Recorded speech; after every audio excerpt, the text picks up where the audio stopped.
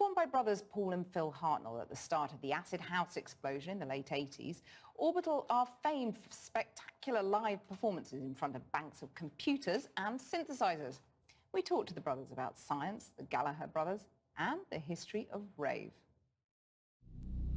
A twist in the fabric of space where time becomes a loop, where time becomes a loop, where time becomes a loop, where time becomes a loop. Gravity and time, that whole kind of push and pull thing, I love wrestling with that in my head, because we work in a time-based medium. You know, music is a time thing. You can only listen to a 3.5-minute song in 3.5 minutes if you want to do it properly.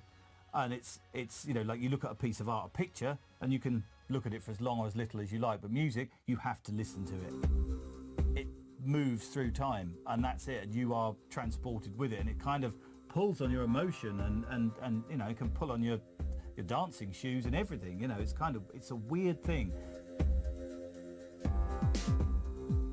When I was 16 and he was 20, we were both working on my dad's building company. And he got the first drum machine, I had my guitar, we started making music. It was like industrial music, a bit like you know, New Order or Cabaret Voltaire.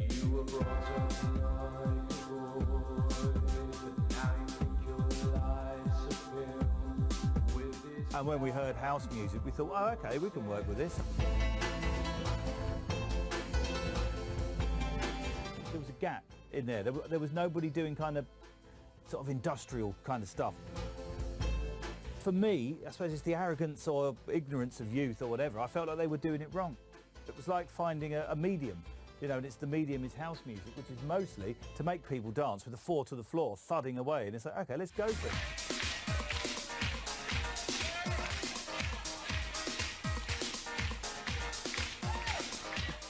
The beauty of it is, when it started, it was free and open, and you could put anything over that. As long as you understood that the groove had to kind of work on the dance floor, people were putting anything and everything over the top of it, whether it be Latin-infused jazz music, soul music, really aggressive electronic stuff, anything went with house music. It was great.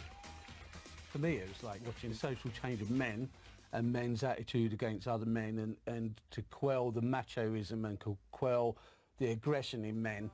Because we used to go to discos, you know, before there were raves and stuff like that, and you couldn't even really, as this is suburbia as well, you could, you know, go and chat to some girl, somebody tap you on the shoulder and you know, smash you over the head, or, you know, those your life in your hands. Those were discos. They were discos in those days, and then ecstasy came along, and then rave came along, and it was electronic music, which we loved, and it was just like,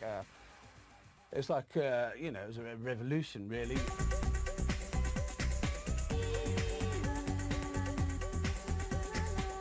Punk was always hitting against the wall, trying to hit against society. Rave culture just kind of turned away from the wall and walked away from it. And that's what truly frightens people in power, when people just say, we're just off to do our own thing. No, we're not going to try and fight you. We don't care what you do.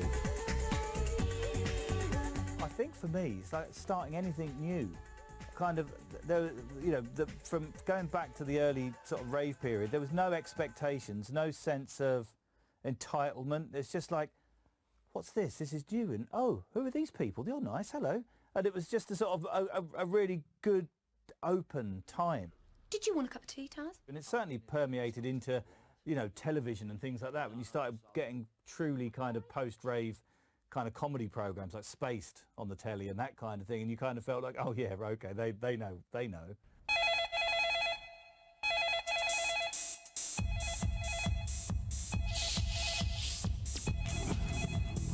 Post-rave and pre-rave people, and you can just tell there's a twinkle in people's eyes that are post-rave. There's something different. There seems to be a collaborative kind of cooperative kind of melting pot with people like that, whereas pre-rave people tend to sort of work on the older hierarchical systems. What, already?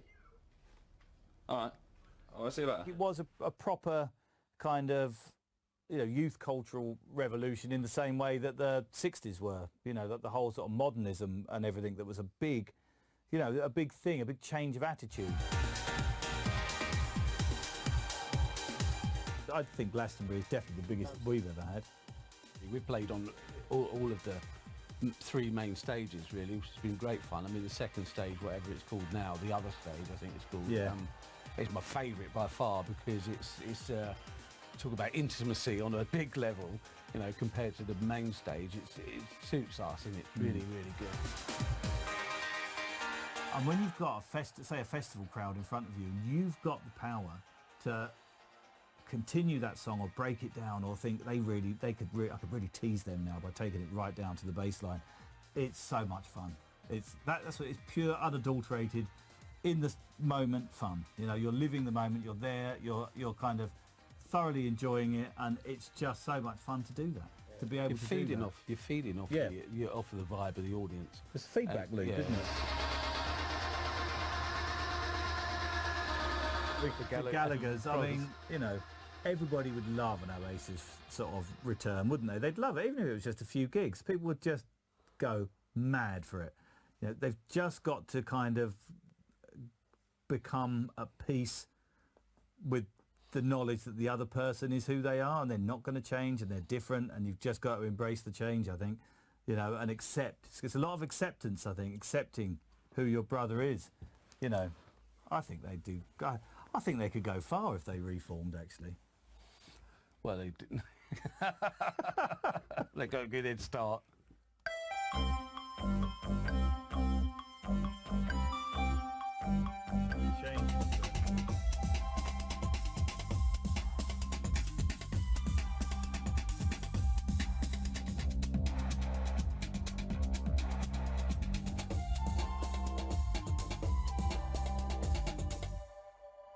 Maybe not.